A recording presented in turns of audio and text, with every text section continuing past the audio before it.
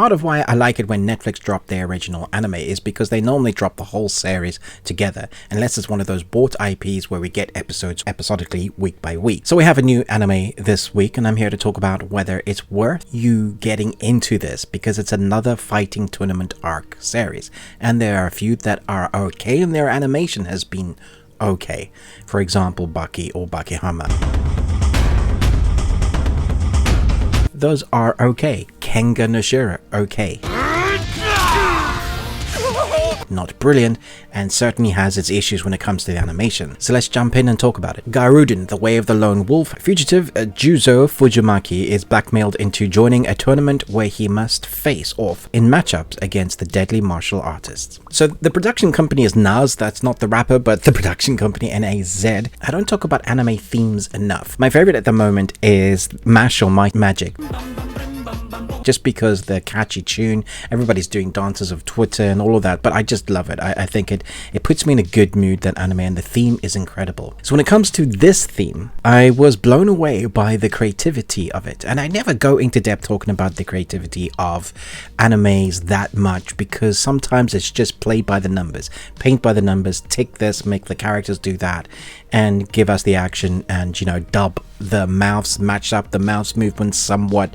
That's kind of what we get. So it's hard to talk about the nuances if a studio hasn't really gone all out and trying to give us something unique. And that's when you see the love of anime pour through. Some studios really go for it, and we end up talking about it week to week with your friends. You'll call them and say, hey, did you see this week's episode of Jujutsu Kaisen?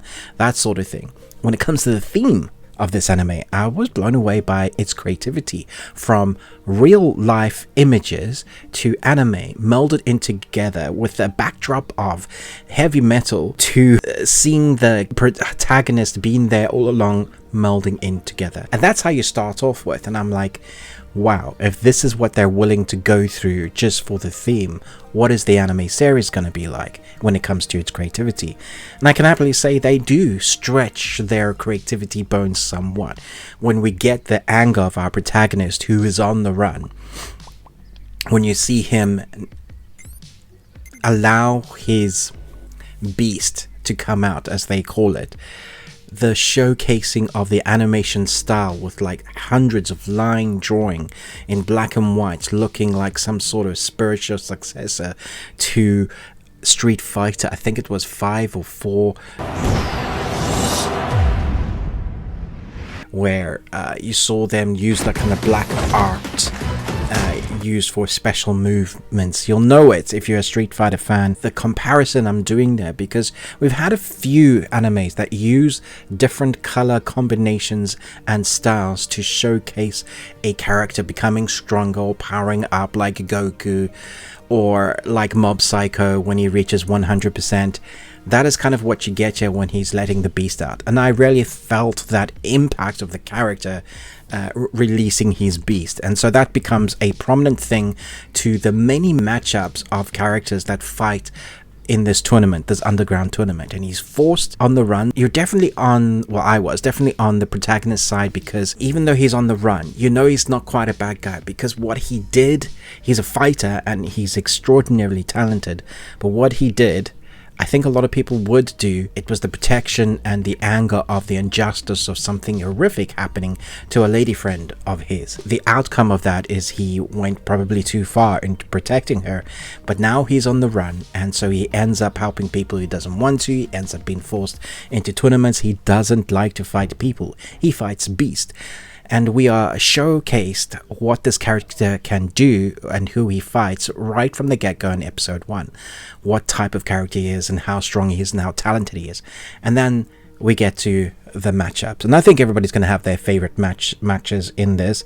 I do feel like this is a tried and tested formula, but it is kind of generic when it comes to the Bakihama formula or the Kengan no Shira. It's exactly the same that you're getting here. Thankfully, there's more than moving images and more than moving stills than we get from those anime. There actually is good fighting sequences in here that we get to see. I don't know if this is going to be better for some than some of the other fighting anime, but as a tournament arc, as an interesting character, not a supernatural force, but is definitely supernatural in his talent, that we get those mix of from that Bucky, Hummer and Kengan Nishira, where characters are now performing at a level that they're basically gods but supposedly still human. And so the characters we get to see him fight are also those that are extraordinarily talented in somewhat weird ways. And that's where the interest comes in. So we are rooting for the protagonist. We are encountering interesting characters as he goes on the journey, trying to keep away from the law enforcement that is after him. And then we see him get to be in a tournament, much like Bloodsport. And only one will triumph. Now I break you, Bloodsport. And I think that's where it shines the most. The combination of that, the tournament arc, the journey, the story, and that unique arc style. It is definitely one that I think people will come to enjoy depending on what anime you like watching. If you like a good action one, people screaming and shouting and bones breaking and, you know, violence, then this is going to be your cup of tea. I do like the man's man. It's a very manly, it's probably sexist to say, but it's a very manly anime, even from the theme, the intro. Men help women and women are looking after their men. It's all very stereotypical of anime and culture specific. So if you get offended by that's fine. I just think they knew what they were going for in story. If it's an adaptation, then that's been written before, but I think it showcases of what characters they wanted their characters to be for the most part. Mostly. And I enjoyed it for what it is. You got one. But I don't know that I'm going to remember it much. Like, it's going to be one of those that's filed in the back and you go, yeah, I have my moments. Let me know your thoughts and feelings about this one. I do think the combination between the art style, the creativity of it, the incredible score, incredible theme, it is worth watching. But I don't know, it really pushes the boundaries of amazing anime we've had. And that's not to say it's not good, it's just that we are feasting quite well at the moment. We have My Hero Academia that's just come back for a new season, Demon Slayer, Jujutsu Kaisen, all of those kind of top tier ones make everybody else's anime need to kind of raise the bar a bit. And I feel like we are really in a place where we're being treated for great anime stories, action. You can pick what you're into, find your niche and enjoy that. I like all types of anime, depending the mood I'm in. So let me know in the comments below, what are you enjoying most? What series are you watching the most out of and you can't wait for a new episode every week, or that you just found something unique when it comes to anime? Love to hear your comments and your thoughts down below. Love to hear your thoughts about this. Thanks so much for watching. Got another anime review coming today. It's a review for a Netflix original movie that drops on Friday. So let me know your thoughts on that. Thanks so much for watching, but most of all, until next time, remember, live long and Tuesday.